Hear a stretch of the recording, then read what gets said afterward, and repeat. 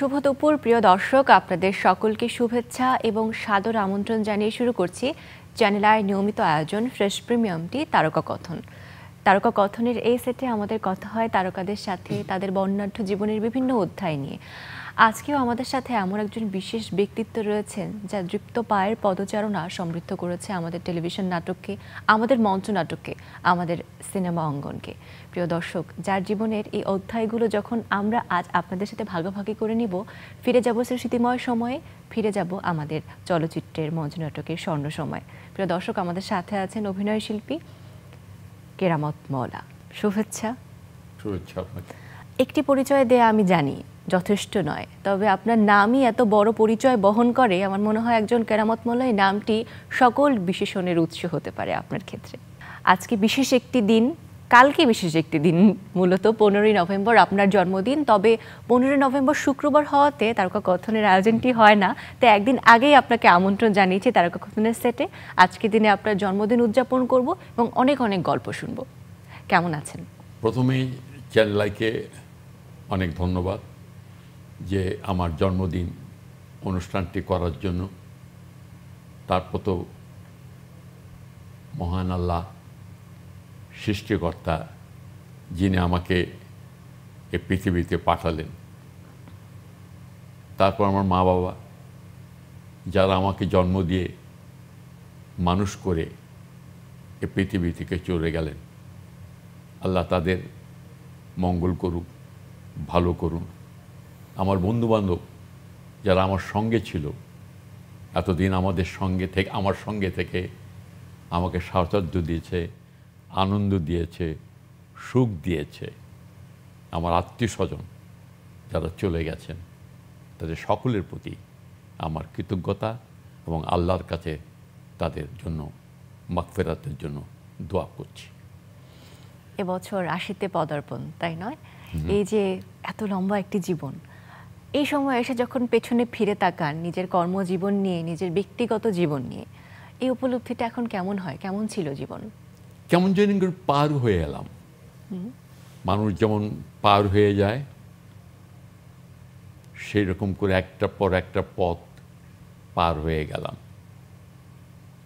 শেষ বয়সে এসে জানলাম জীবনের 4টা ধাপ হয়: শিশুকাল, কৈশোর, যৌবন, বৃদ্ধ। এই 4টা ধাপ যখন বুঝতে পারলাম, তখন আমি শেষ ধাপের কাছে চলে এসেছি। আগে বুঝতে পারিনি। পৃথিবী এত আনন্দদায়ক, এত গদ্যময়, এত ছড়ানো জীবন, এত দেখার জানার, মানে এক জীবনে এটা শেষ হবার নয়। দীর্ঘ দীর্ঘ জীবন লাগে এটা জানতে, দেখতে, বুঝতে। এটা বুঝলাম যে এক জীবনে পৃথিবীতে কিছুই জানা হয় না, এর অনেক অনেক অনেক দীর্ঘ পথ লাগে।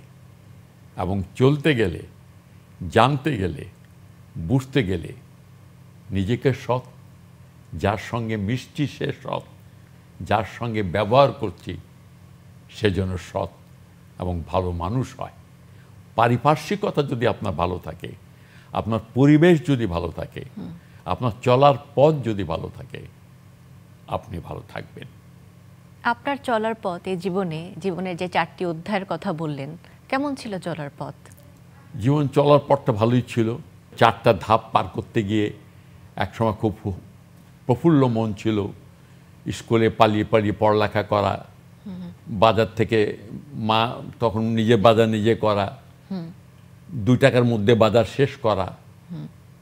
সেই বাজার এখন 1000-2000 টাকারও শেষ হয় না। 2 টাকায় বাজার শেষ করা, সেখান থেকে আবার কিছু পয়সা নিয়ে সিনেমা দেখা, এইগুলি মজার জীবনগুলি পার করতে করতে এসে যখন জীবনের কাছাকাছি এসে দাঁড়ালাম, যখন জীবন বুঝতে শিখলাম, তখন দেখলাম যে সব কিছু ভুল করে ফেলেছি, শেষ করে ফেলেছি।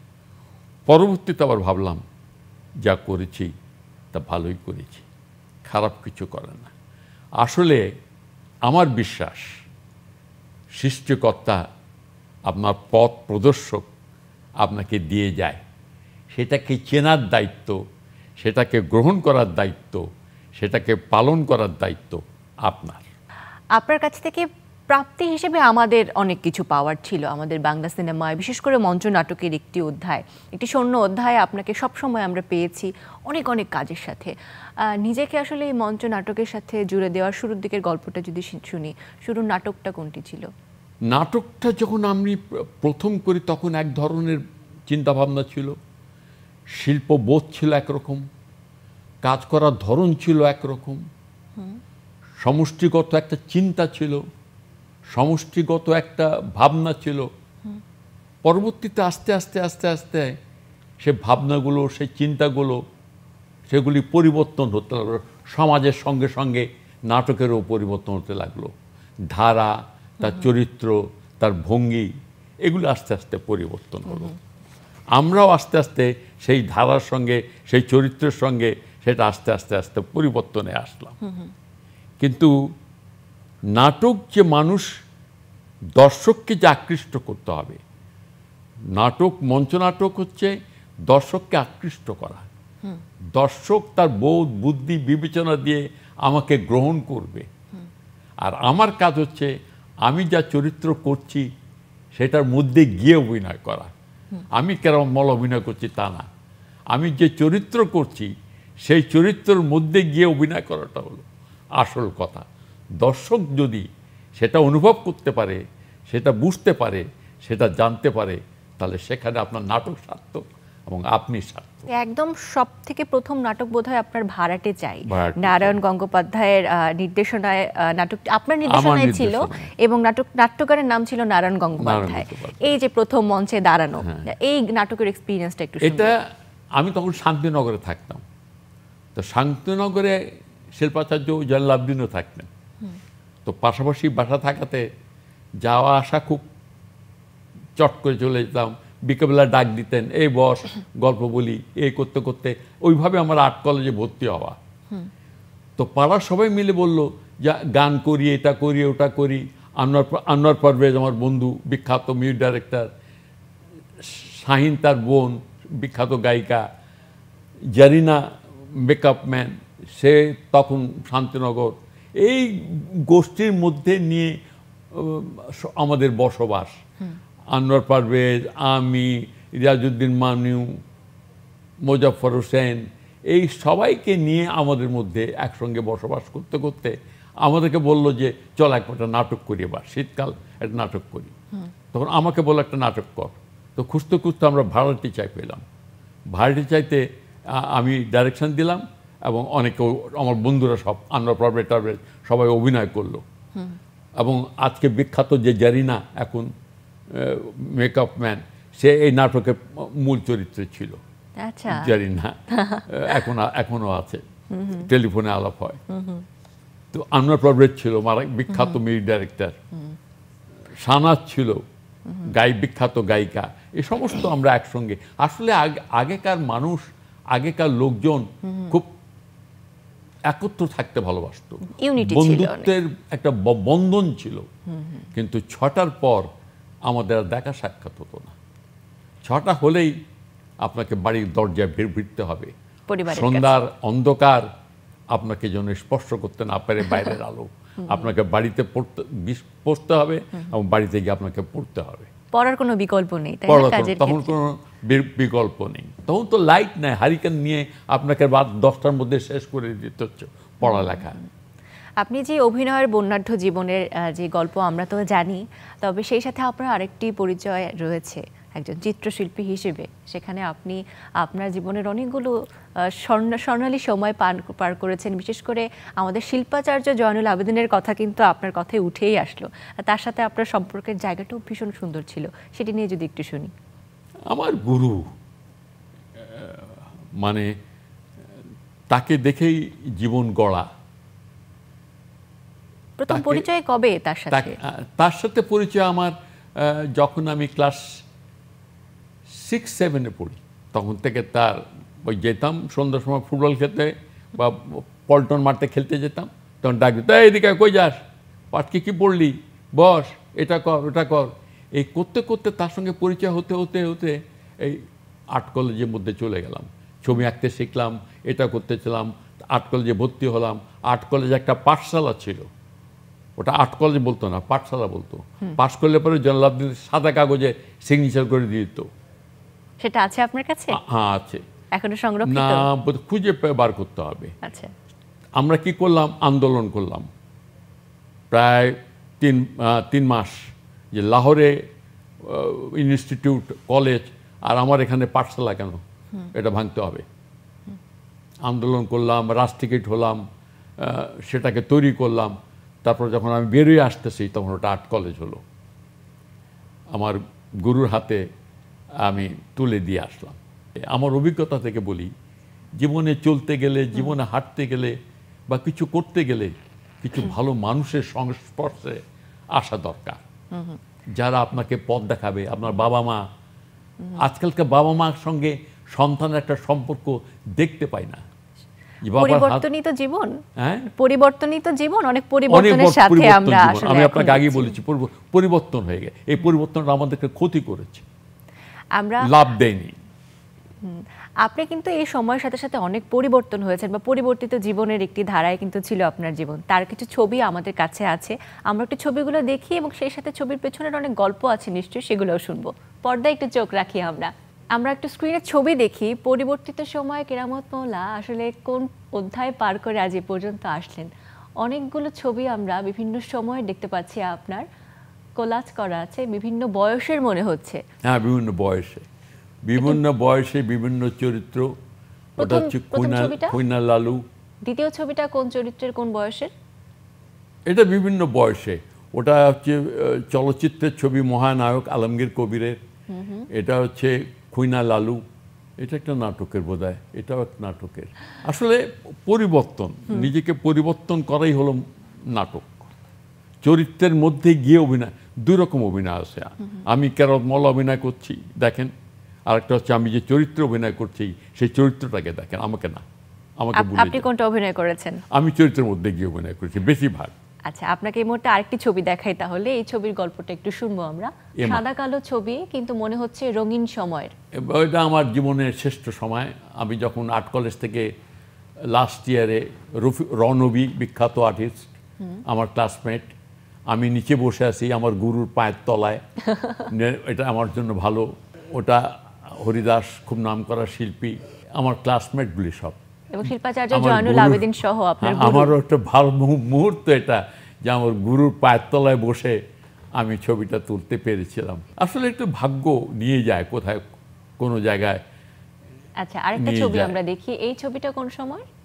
এটা আমি আর্ট কলেজে যখন ভিপি, মানে আর্ট কলেজে যখন আমি আহ্বায়ক আন্দোলনের সময়, আমার শিক্ষক বাসের স্যার, এখন ওনার এক্সিবিশন হচ্ছে, ডান দিকে যিনি বসে আছেন গালে হাত দিয়ে, হ্যাঁ বাসের, আবুল বাসের বিখ্যাত, এখন ওনার চিত্র প্রদর্শনী হচ্ছে, ছবির প্রদর্শনী। উনি আগে মারা গেছেন, আমার শিক্ষক ছিলেন, আমার খুব ভালো শিক্ষক ছিলেন।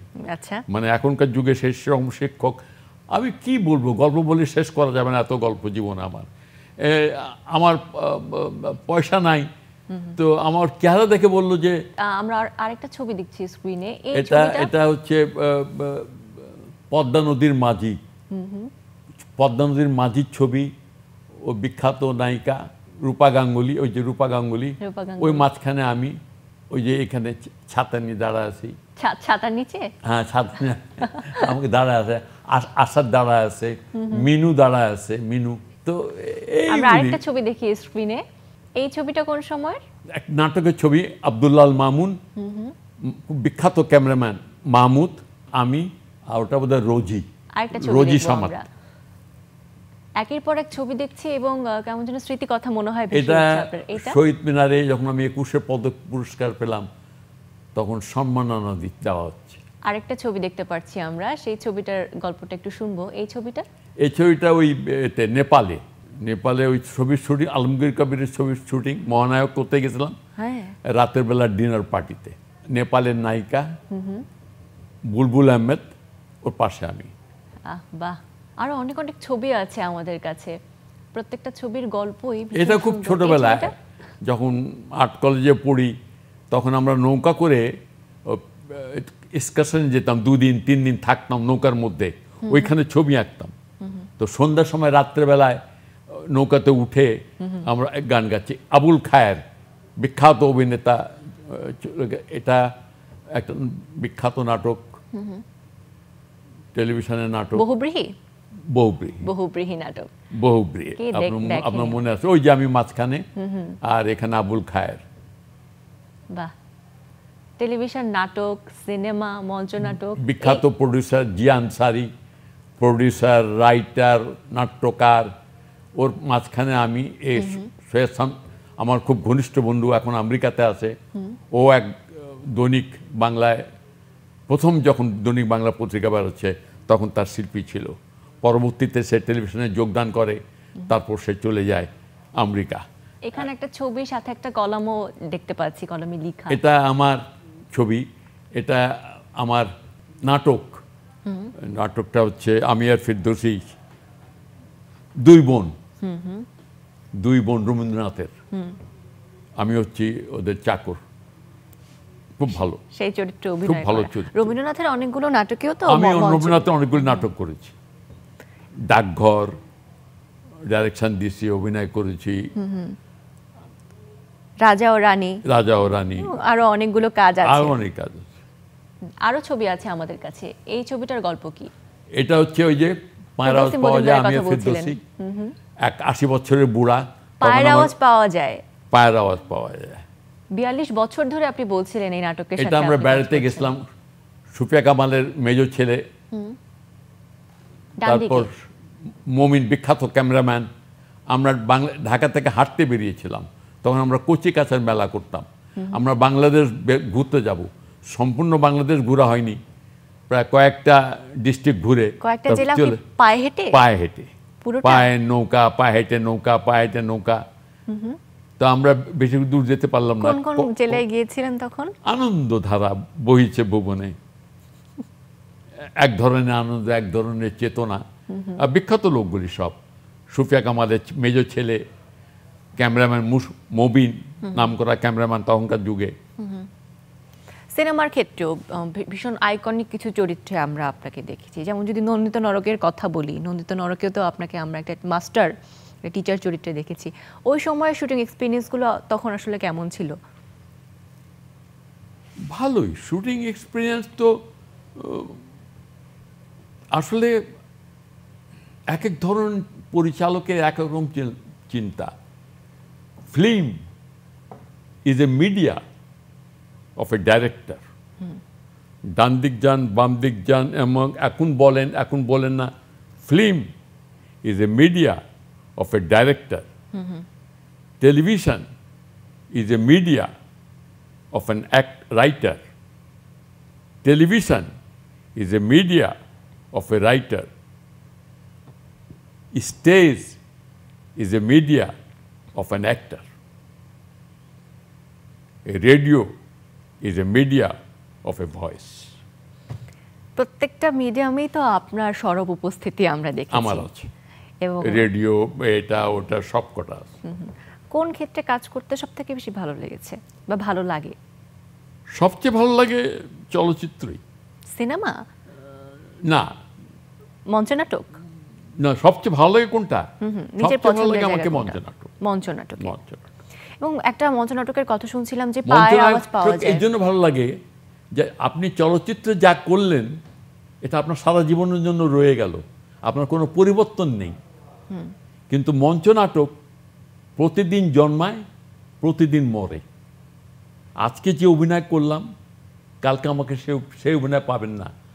আমার মন খারাপ, আমার মায়ের সঙ্গে একটু গন্ডগোল হয়েছে, বাবা আমাকে আজকে পয়সা দেয়নি, মনটা একটু খারাপ আছে। যে ডেলিভারি আমার দেওয়ার কথা আজকে ওইভাবে দিচ্ছি না, অন্যভাবে দিচ্ছি। আজকে যে লাইটটা নেওয়ার কথা আমি নিচ্ছি না, অন্যভাবে নিচ্ছি। আমার সন্তানের শরীর খারাপ, মায়ের, আজকে আমি নাটক করতে আসছি, আমি ওই ডেলিভারি দিচ্ছি না, ভুলে যাচ্ছি মাঝে মাঝে। এই জন্য মঞ্চ প্রতিদিন জন্মায় আর প্রতিদিন মরে। একটা মঞ্চের পেছনে আসলে জীবনের এতগুলো সময় নিবেদন নিবেদিত করা, বিশেষ করে বলছিলেন যে একটা নাটকে 42 বছর ধরে আপনি কাজ করছেন, একটা পায়ের নাটক। আওয়াজ পাওয়া যায়। মোটিভেশন কি আসলে একই নাটকের পেছনে নিজের জীবনের এতগুলো সময় ইনভেস্ট করা? না, এই নাটক তো হচ্ছে 3 মাস পর বা 4 মাস পর, এর মাঝখানে তো আরেকটা নাটক হচ্ছে, বা আরেকটা নাটকের রিহার্সাল দিচ্ছি, বা আরেকটা নাটক করছি, বা এর মাঝে টেলিভিশন নাটকে চলে গেলাম, সব মিলায় একটা হচ্ছে। আর নাটকের আগে 42 বছর করি আর 50 বছর করি, নাটকের আগে একদিন রিহার্সাল হয়। যখন রিহার্সালটা দেই তখন আবার ঝালাই নিই নিজেকে যে আমি তৈরি আছি কিনা, ঝালাই নি। আজকে মনটা খুব ভালো, বাসায় খুব প্রফুল্ল, মায়ের সঙ্গে খুব ভালো, বউর সঙ্গে খুব ভালো ব্যবহার করলাম, পেলাম, আজকে ভালো অভিনয় হলো সবার, আমারটা ভালো হলো, ওরটা হলো না, সুতরাং সোনালী সময়ের গল্প না, সোনালী অধ্যায়ের গল্প জীবনের। এই সময় এসে এখন সত্যি মনে হয় না, জীবনে মনে হয় যে অন্য কিছু তো করতে পারতাম। থাকে না এক ধরনের চিন্তা যে অন্য কিছু তো হলো না জীবনে, এগুলি করতে পারতাম, এগুলি না করলে তো এগুলি করতে পারতাম, এগুলি না করলে তো এগুলি করতে পারলাম না। আজকে বউয়ের কাছে, ছেলের কাছে একটু অন্য চোখে দেখে, অন্য ভাবনা এরা ভাবে আমাকে যে বাবা তো অনেক কিছু করতে পারতো, এ বাবা কিছু করতে পারলো না। আপনার যা প্রাপ্তি ছিল এই জীবনে, প্রাপ্তি তো ওদের কাছে কিছু নেই, নিজের সমাজের কাছে কাছে কিছু, কিছু, আমাদের কাছে আমার অনেক কাছে কিছু। কেন, সমাজের কাছে কিছু নেই। এই প্রাপ্তির কোনো মূল্য নেই। আমরা মূল্য দেই, আমরা মূল্য দিতে চাই না, এখন সমাজ খুব একটা মূল্য দেয় না আমার কাছে, আমার মনে হয়। আমার কাছে মনে হয় এই আপনার কাছে টেলিভিশনে আসলাম, টেলিভিশনের কিছু অনুষ্ঠান, টেলিভিশনের কিছু মানুষ, কিছু আর্টিস্টকে ডেকে, কিছু একে ডেকে সম্মান দেয়, সম্মান দেয়, মূল্যায়ন করে এবং সম্মান দেয়। চ্যানেলের সব সময়ের প্রচেষ্টা এই সম্মানের যেমন ধারাটাকে চ্যানেল আই বজায় রাখা। এই তারকা কথনটা অনেক দীর্ঘদিন ধরে করে যাচ্ছে। এটা একটা না করতেও পারতো, কিন্তু একটা শিল্পীকে মূল্যায়ন করছে, একটা শিল্পীকে সম্মান দিচ্ছে, একটা শিল্পীকে সম্মান জানাচ্ছে, এটা বড় কথা, বড় প্রাপ্যতা। আমাদের শিল্পী সমাজেরও এই ধরনের চ্যানেলগুলিকে মূল্যায়ন করা উচিত। এই যে বললেন যে চ্যানেলের কাছে একজন শিল্পী, একজন গুণীর মূল্যায়ন, কদর সবসময় আছে, ছিল এবং থাকবে। এই জায়গা থেকে আসলে আপনার প্রতি আমাদের গভীর শ্রদ্ধা এবং ভালোবাসা। আগামীতে আপনাকে সবসময় যেন আমাদের সাথে পাই, এই বিশেষ দিনগুলো, আপনার অর্জনের দিনগুলো, কিংবা আপনার সাথে এই যে গল্পের ঝুলি নিয়ে বসবো, সেই প্রত্যাশা। কালকে আপনার জন্মদিন, আজকে যেহেতু আমরা উদযাপন করছি, কেক ছাড়া, মিষ্টি ছাড়া তো শুভ দিন উদযাপনের এই ধারাটা আমরা আবার বন্ধ করতে চাই না। আরেকবার চ্যানেল আইকে ধন্যবাদ যে জীবনের শেষ প্রান্তে প্রতি বছরই করে, প্রতি বছরই চ্যানেল আই ডেকে আমার জন্মদিনটা করে আমাকে মূল্যায়ন করে। আমি জানি না এই মূল্যায়নটা আমার চ্যানেল আই কেন করে, আমি তো এতটুকু জায়গা যাওয়ার উপযুক্ত না যতটুকু চ্যানেল আই আমাকে করে। কেকটি নিয়ে আমি এই মুহূর্তে আপনার কাছে আসতে চাই, একসাথে আমরা আপনাকে কেক কেটে জন্মদিনটা উদযাপন করি। আপনাকে অশেষ অশেষ ধন্যবাদ। এই যে চাকু, আপনার জন্মদিনের অনেক অনেক শুভেচ্ছা। যারা দেখছেন তাদের সকলের প্রতি রইল আমার আন্তরিক শুভেচ্ছা এবং অভিনন্দন। আপনারা ভালো থাকেন, আপনারা সুস্থ থাকেন, এই কামনা রইল।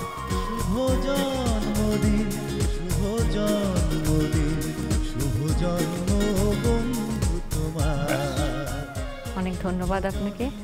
চ্যানেল আই প্রতি বছরই কারো না কারো জন্মদিন পালন করে থাকে, আমাকেও প্রতি বছর ডেকে এই জন্মদিনটা পালন করেন।